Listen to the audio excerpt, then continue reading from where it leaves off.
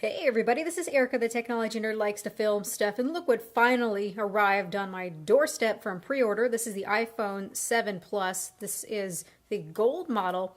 I know everybody is opening up their blacks, just the regular old black. So I figured that I would get something a little bit different. Meanwhile, my jet black iPhone 7 Pluses should be in the mail soon. I just got notice from Apple's website that it's preparing for shipment. So I will open that one as well, and I will do the review on that unit. So let's go ahead and take this off. Very subdued, simple packaging. We have a direct comparison here because these are both the same color. I just adjusted the exposure a little bit. So you can see that we've got the documentation that's on the top. I find that a bit surprising. They don't have the iPhone in all its glory peeking up first. And we've got this little tab. Here's the phone here. You've got your brick, you've got your earbuds. Right here you've got your data sync cable, charging cable, lightning adapter, and also the lightning earbuds as well. Let's just go ahead and remove this. Ooh, I can hear that static cling feeling. And they always stick to me, always, always. Shoo! Ooh, so there you have the phone. That looks really quite nice. I thought that I wouldn't really like the appearance of this dual camera here, but it's not too bad actually. And I am really liking that the antenna bands are now up here at the top instead of being really disruptive. So here you have side-by-side look at the old gold, which is kind of smudgy, iPhone 6s Plus, and the iPhone 7. To my eyes, they seem to be about the same color. Yeah, I would say that these are the same color, looking very, very similar here. Maybe the font down here where it says iPhone is a little bit thicker. Looking around the phone, things look quite similar. You can see that our volume buttons and also this rocker here are in the same place. Except for now, this is flat. You don't see any indentation like you do on the 6s Plus. Looking at the top, you don't see anything. Looking at the right-hand side, everything seems to be in the same place, antenna bands included. SIM card tray, got our power button. Now at the bottom is where things are looking a little different here. Of course, everyone is seeing that the headphone jack is infamously gone. So you've got a speaker and probably just a microphone down here at the bottom. This is just meant to look uniform, to look nice. And then, of course, the lightning port. On the back, we've got those dual 12 megapixel cameras. One is the telephoto lens, and the other one is just the regular lens. And you've got your dual tone quad LED flash and a microphone. I'm actually quite a big fan of solid state buttons. They worry me less, they provide less anxiety for me. I've really been liking the trackpad so far on my little MacBook.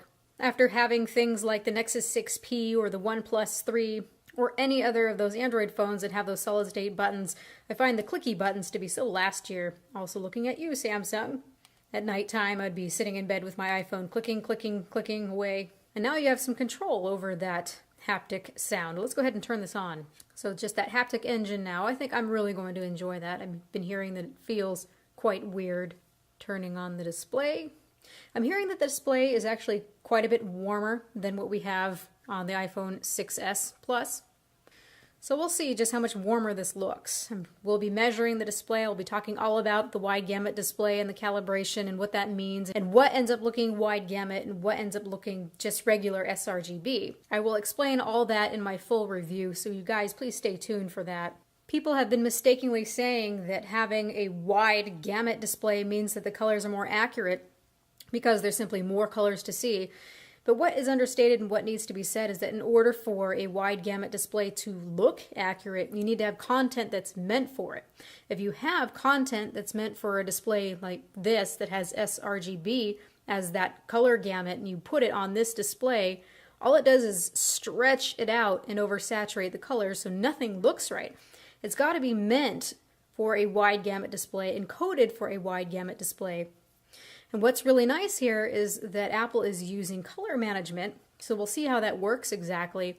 But if it takes an image that's meant for sRGB, it's going to map it properly. And what it means when it's mapped properly is it's just going to look like the regular iPhone. You shouldn't be able to tell the difference. So already I can feel that nice Taptic engine. Let's go ahead and set up Wi-Fi. Alright, so I put in the Wi-Fi password, got it set up a little bit, and I can see already that this is a bit cooler, quite a bit cooler than the whites that we have on the iPhone 7. Again, I'm going to take some time to look at that, measure it, tell you really what this all is quantified to. Now as for that cookie button down here, it doesn't quite feel like a button. It's similar to what I've been hearing. It kind of feels like the whole bottom part is actually clicking or vibrating. But again, I prefer these types of buttons. Let's see about the strength of this. To me, the 1 feels most pleasant. Like it's just barely there. Maybe it's more convincing of it being a real button click. 2 is something stronger. I can feel it in my hand. And 3, yeah, I can really feel that. I think I'm going to keep it at a 1. That's my preference. Yeah, that feels more just like a regular button to me. I decided to fire up a movie and see how those speakers sound, because now we've got stereo speakers, or at least one's a speaker here, and this is a front-firing speaker. And honestly, it feels a little bit wonky and off balance at first, because I can tell the sound's coming from here and then out the bottom. But if you're cupping it like this, and you give it some time, your brain seems to adjust to it. It's definitely a lot louder, which is nice.